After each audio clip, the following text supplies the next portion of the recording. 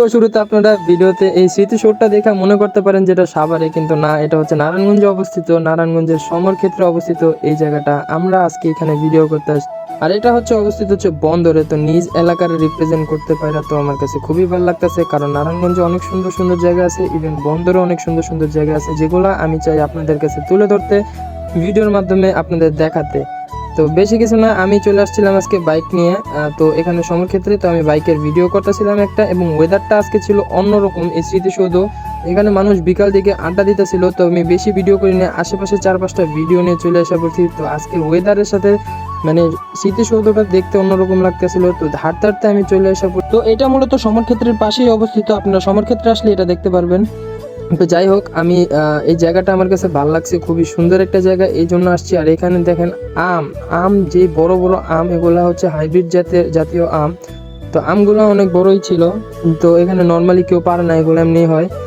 তো সবাই এগুলা রক্ষা করে। তো যাই হোক, আমিও ভিডিওর উদ্দেশ্যে আপনাদের দেখালাম। এখানে চারপাশে আরো অনেক আম আছে, ভিডিওর মাঝখানে আপনারা দেখতে পারবেন, এবং আশেপাশের পরিবেশটা এতটা সুন্দর।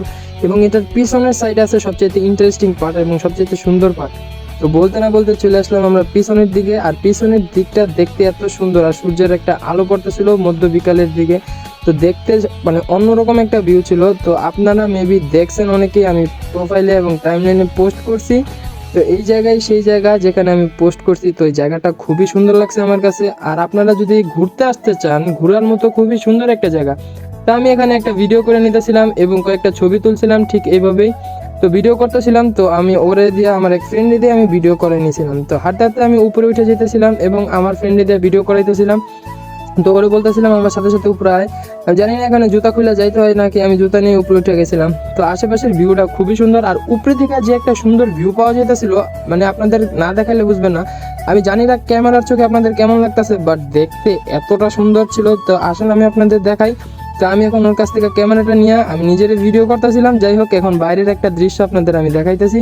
দেখেন জাস্ট, মানে চারপাশের যে ওয়েদার প্লাস এই জায়গাটা এতটা সুন্দর, মানে বইলা বুঝাইতে পারবো না যে এতটা সুন্দর। আজকের ওয়েদারটাও ছিল খুবই ভালো, এই গরমের মধ্যে এখানে ছিল অনেক বাতাস, আপনারা চাইলে এসে দেখতে পারেন এবং ঘুরে যেতে পারেন ছিল। তো এখন দেখেন যে হাইব্রিড আমের কথা বলছিলাম, তো সেখানে চলে আসছি এই হাইব্রিড আমগুলোকে দেখতে। তো এগুলাই আজকের ভিডিওটা এই পর্যন্তই ছিল। আমি শেষে বাইকটা নিয়ে আমি চলে যেতেছিলাম এবং যেতে যেতে ভিডিও করতেছিলাম। তো আজকের এই ভিডিওটা আমরা শেষ পর্যন্ত যারা যারা দেখছেন তাদের সবাইকে জানাই ধন্যবাদ। আর আজকের এই ভিডিও ছিল এই পর্যন্তই। সামনে আগামী ভিডিওগুলো দেখার জন্য আপনাদের অনুরোধ রইল। Before the next video, till then be happy, be safe. আসসালামু আলাইকুম guys. I simply am not.